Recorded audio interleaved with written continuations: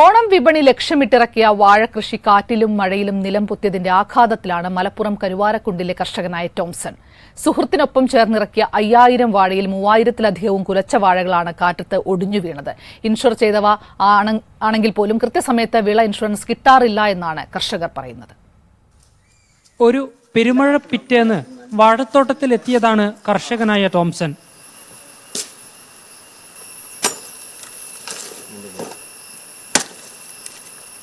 നമ്മൾ 5000 വാഴ നട്ടിരിക്കുന്ന അതിൽ 3000-ന് മേലെ ഇത് നിങ്ങൾ നോക്കി കണ്ടാൽ ഇതുണ്ടല്ലോ, എല്ലാ സൈഡിൽ കൂടെ കുറേശ്ശെ നിൽക്കുന്നതല്ലേ കാണുന്നുള്ളൂ.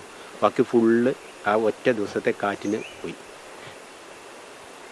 ഓണത്തിന് വിപണി കണ്ടുകൊണ്ട് നമ്മൾ കൃഷി ചെയ്തിരുന്നതാണ്. പരന്ന പ്രദേശമായതുകൊണ്ട് നമ്മൾ ബാലൻസ് ചെയ്യാൻ വേണ്ടി സാധാരണ നിങ്ങൾ അങ്ങോട്ട് നോക്കി അറിയാം 3 വള്ളി കെട്ടിയിരിക്കുകയാണ് എല്ലാ വാഴയ്ക്കും. 3 വള്ളി കെട്ടി അത്രയും സുരക്ഷിതമായിട്ട് നിർത്തിയിരുന്നതാണ്. കാരണം വെച്ചാൽ നമ്മുടെ കയ്യിലേക്ക് പൈസ വരികയാണ് 2 മാസം കൂടെ കഴിഞ്ഞാൽ.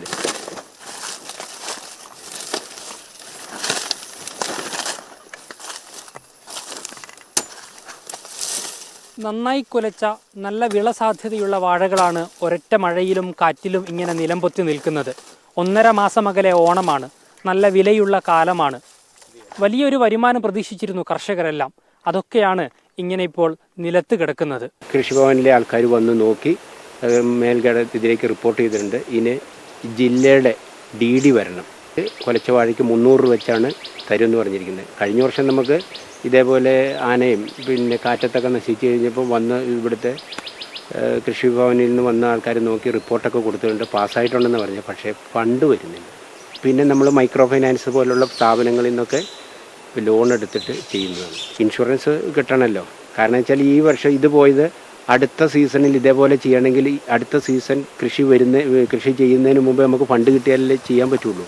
പിന്നെ അല്ലാതെ ഇനിയും വേറെ ലോൺ തന്ന സ്ഥാപനങ്ങളിൽ നിന്ന് അവരിനി തരൂലല്ലോ, അതടയ്ക്കാത്തതുകൊണ്ട്. ഇൻഷുറൻസ് ഉള്ള വാഴകളാണ് ഇങ്ങനെ നശിച്ചു കിടക്കുന്നത്. കൃഷി വകുപ്പിൽ നിന്ന് ആളുകൾ വന്ന് കണക്കെടുത്ത് പോയിട്ടുണ്ട്.